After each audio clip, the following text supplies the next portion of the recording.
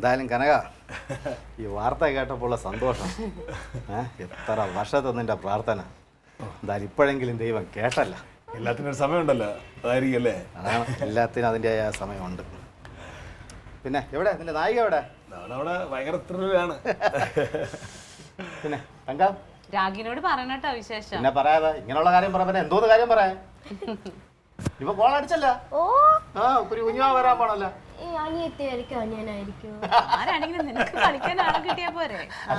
അവള് നേരത്തെ ആരെങ്കിലും ഒരു അനിയനും കൂടെ അല്ലെങ്കിൽ ഒരു അനിയത്തൂടെ വേണം, ഒരു മാത്രമേ ഉള്ളൂ എന്നുള്ളത്. സമയം എടുക്കും, കാത്തിരിക്കുന്ന ആള് പിടിക്കുക വരും. അതാണ് കുറച്ചുകൂടെ കഴിയട്ടെ, ഒരു 9 മാസം കൂടെ. അപ്പോഴേ ഒരു കൊച്ചു കുഞ്ഞാ വരും. പിന്നെ എല്ലാരും വിളിച്ച് പറഞ്ഞ പിന്നെ അമ്മാവൻ അവിടെ പുറപ്പെട്ട് കഴിഞ്ഞു, അമ്മ പുറപ്പെട്ട് കഴിഞ്ഞു, എല്ലാരും പുറപ്പെട്ട് വന്നോണ്ടിരിക്കുക ഓരോരുത്തരായിട്ട്. അതാ ക്ലാസ്സിൽ. താങ്ക് യുടാ. അയ്യോ ഭാഗ്യ ദൈവമേ കാത്ത്. നീ വാ, വൈകുന്നേരം ഇരിക്കാം നമുക്ക്. എല്ലാരും നമ്മളിക്കൂടെ എല്ലാരും ഉണ്ട്. നീ വാ.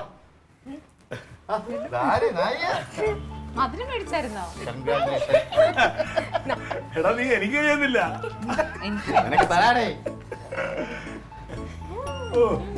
അത് എപ്പോഴും അമ്മയല്ലേടെ. കൂടുതൽ കഴിച്ചോ, ഒരാളല്ലല്ലോ.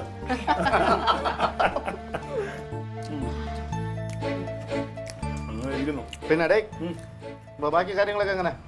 നിന്റെ സന്തോഷമൊന്നും നമുക്ക് വന്നോട്ടെ പറയുമ്പോലെ അത് ചോദിക്കാൻ പറഞ്ഞു. ഇവിടെ പോയി പുറത്തോട്ട് പോയത് പിന്നെ തിരിച്ചു വരുവോ? അല്ല, ഇന്ന് ഞാൻ രാവിലെ ഇവൾക്ക് ചെറിയ സംശയം പറഞ്ഞപ്പോൾ ഞാൻ നേരെ ഹോസ്പിറ്റലിലേക്ക് പോകാന്ന് പറഞ്ഞു.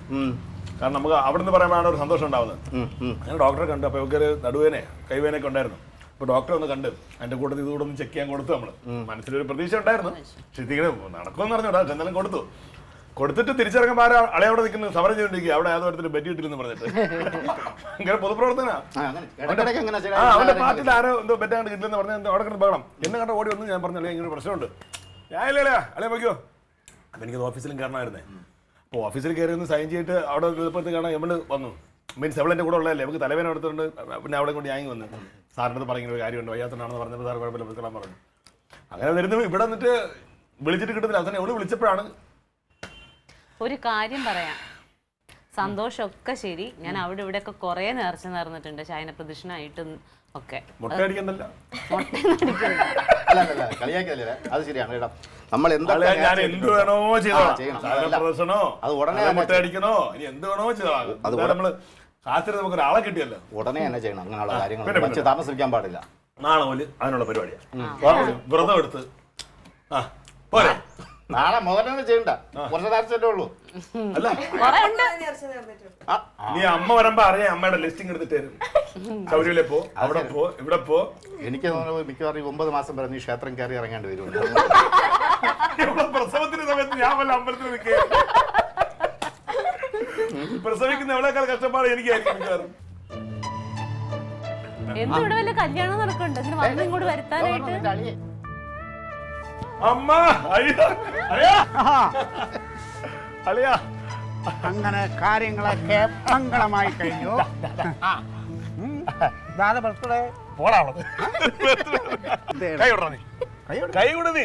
എന്ത് വിശേഷം? Thank you.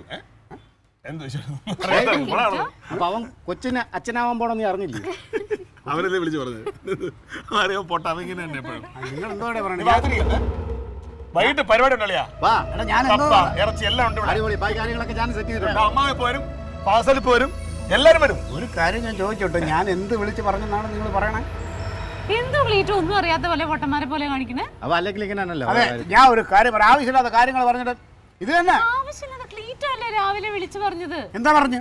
ഹോസ്പിറ്റലിലെ കാര്യം ഉണ്ടായെന്ന് ചോദിച്ചപ്പോ ക്ലീറ്റ് എന്താ പറഞ്ഞത്? എല്ലാം ഓക്കെ ആയിന്ന് പറഞ്ഞോ? തങ്ക, ഞാൻ ഹോസ്പിറ്റലിൽ പോയ കാര്യം ഓക്കെ എന്ന് വെച്ചാൽ അത് ഓക്കെ എന്ന് തന്നെ പറഞ്ഞത്. അത് തന്നെയാണ് പറഞ്ഞത്. അത് ഓക്കെ ആയതുകൊണ്ട് നമ്മളിവിടെ പാർട്ടി ഉണ്ട് വൈകുന്നേരം. ഇന്ന് ഞങ്ങളുടെ വകയാണ് പാർട്ടി. ഇറച്ചി അമ്മ പോരും, അമ്മ പോരും. നിങ്ങളൊക്കെ എന്തോ കേട്ടിട്ടാണ് ഈ തങ്ക ഞാൻ എന്താ പറഞ്ഞെന്നുള്ളത് നിനക്കറിയാമോ? അറിയാം. എന്ത്? അവള് ബ്ലഡിന്റെ റിസൾട്ട് നോക്കാൻ വേണ്ടി കൊടുത്തിട്ടുണ്ടായില്ലേ അവിടെ? ഞാൻ ആശുപത്രി പോയ എന്തിനാണ്? സുവർണകുമാറിന് ബെഡ് മേടിച്ചു കൊടുക്കാൻ. അതിന് ഞങ്ങൾ സമരം ചെയ്ത് അത് വിജയിച്ച് ഡോക്ടർ ബെഡ് തന്നു, അത് ഓക്കെ ആയെന്നാണ് ഞാൻ നിന്നോട് പറഞ്ഞത്. അതിന് കൊച്ചിൻ്റെ അച്ഛനായിന്ന് ഞാൻ പറഞ്ഞോ? റിസൾട്ട് പതിവ് പോലെ നെഗറ്റീവാണ്.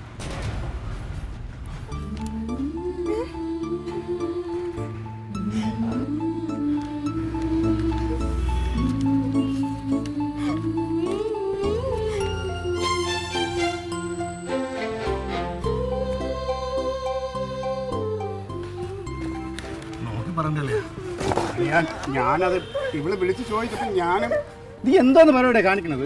എന്തെങ്കിലും ഒരു കാര്യം നേരെ ചെയ്തിട്ടുണ്ടോ നീ? അതെ അമ്പിക്കൂട്ടെ, ഞാൻ പോയത് സമരം ചെയ്യാനല്ലേ. അപ്പോൾ എൻ്റെ മനസ്സിൽ ആ കാര്യമല്ലേ ഉള്ളത്.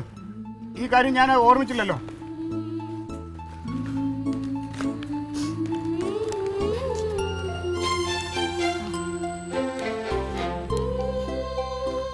എന്തുവാ ക്ലീറ്റോ?